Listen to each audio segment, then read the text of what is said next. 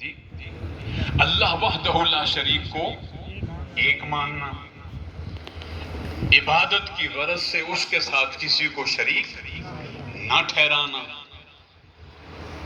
ہر شے سے کٹ کر اسی کی عبادت کرنا، اسی سے مدد مانگنا، اسی سے استعانت مانگنا، اس کو کیا کہتے ہیں؟ وہ قادر مطلق ہے۔ پیدا ہوئے نا، دنیا میں آئے، تشریف لائے، پیدا ہوئے، تو مخلوق پیدا ہوتی ہے، خدا پیدا نہیں ہوتا۔ لم یلد ولم یولد، نہ اس سے کوئی جنا نہ وہ کسی سے جنا۔ تو جو مخلوق پیدا ہوئی، ہم تو مخلوق کے آمد کی خوشی مناتے ہیں، گویا اعلان کرتے ہیں کہ لوگوں خدا خدا ہے، رسول رسول ہے۔ ہم رسول کو خدا کے ساتھ نہیں ملاتے معاذ اللہ، بلکہ اعلان کرتے ہیں، ہاں میلاد والے کی میلاد کی خوشی منا کر اعلان کرتے ہیں کہ وہ مخلوق ہیں، رب رب ہے۔ یہ فرق میلاد منا کے، خوشی منا کے، گویا اعلان کرتے ہیں آؤ توحید سیکھنا ہو تو ہم سے سیکھو۔ سبحان اللہ۔ اللہ پاک ہمیں اس کی سمجھ عطا فرمائے۔ وما علینا الا البلاغ المبین۔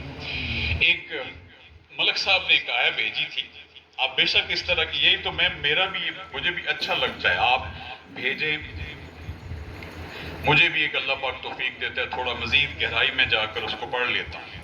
آیا کریمہ تھی جی سورہ طٰہٰ کی آیت نمبر 124، اعوذ باللہ من الشیطان الرجیم، بسم اللہ الرحمن الرحیم۔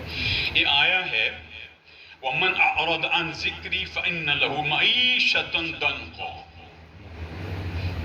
اور اس کا لفظی معنی کیا ہے؟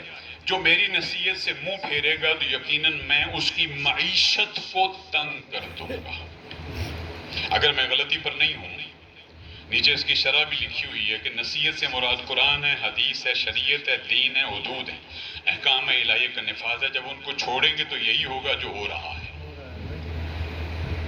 اب ایک بات ذہن نشین کر لیں، سوشل میڈیا پر قرآن کی آیت بھی آ جائے، اس کا ترجمہ بھی آئے، خدا را جب تک خود قرآن کھول کر نہ پڑھ لیں اس کو مت مانیں۔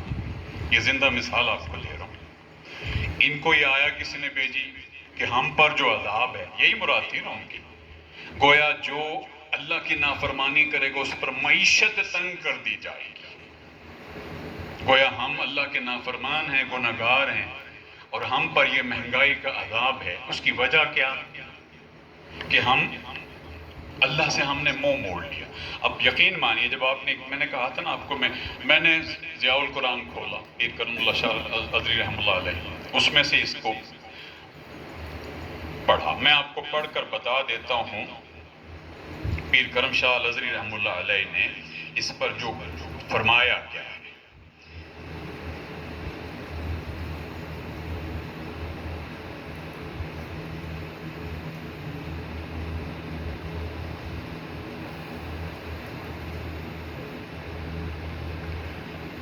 آپ فرماتے ہیں اس سے مراد کیا ہے؟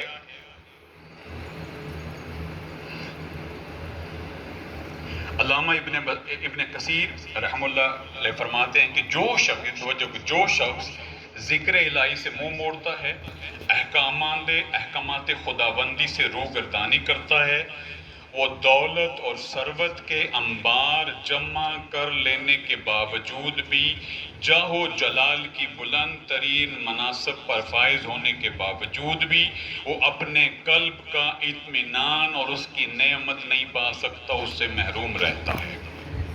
اس کے دسترخوان پر لذیذ ترین کھانے چنے ہوتے ہیں، بیش بہا قیمتی لباس سے بے تن کی ہوتا ہے، لیکن اس کا دل اداس، روح بے چین، طبیعت افسردہ رہتی ہے۔ سچی خوشی سے وہ کبھی بہرہ مند نہیں ہوتا، دن رات دولت، اقتدار کے حصول میں سرگرداں رہتا ہے، پھر کوئی اس کی حفاظت میں فکر میں رہتا ہے، حرام ناجائز طریقے سے استعمال کرنے میں اس کو کوئی فرق محسوس نہیں ہوتا۔ گویا دولت کے انبار ہونے کے باوجود بھی اس کی زندگی، اللہ فرماتا ہے میں اتنی تنگ کر دیتا ہوں، اس کے پاس دنیا جہان کے خزانے ہیں، مگر اس کی سانس اتنی تنگ کر دیتا ہوں کہ نرم گداز ایئر کنڈیشن لگژریس بنگلے کے اندر رہتے ہوئے بھی اس کو میں سکون نہیں لینے دیتا۔ میں نام نہیں لیتا، بڑی شخصیت ہے ملک پاکستان کی، دولت کا کوئی شمار ہی نہیں، انہیں بھی نہیں پتا کہ ان کے پاس کتنی دولت ہے۔ آپ کراچی جائیں، صادق آباد پنجاب کا آخری بارڈر ہے، صادق آباد سے تھوڑا آگے چلیں 2 گھنٹے لگاتار ٹرین چلتی ہے الیکٹرک، اب تو سارا ہو گیا نا، پرانی بات، 2 گھنٹے ٹرین فل سپیڈ پر نان سٹاپ چلتی ہے، اور ٹرین کی پٹڑی کے دونوں جانب اس ہستی کی جائیدادیں ہیں۔ ایک دولت، باقی جو باہر ہے اس کا کوئی شمار ہی نہیں، اور جانتے ہیں کہ اس وقت ان کا عالم کیا ہے؟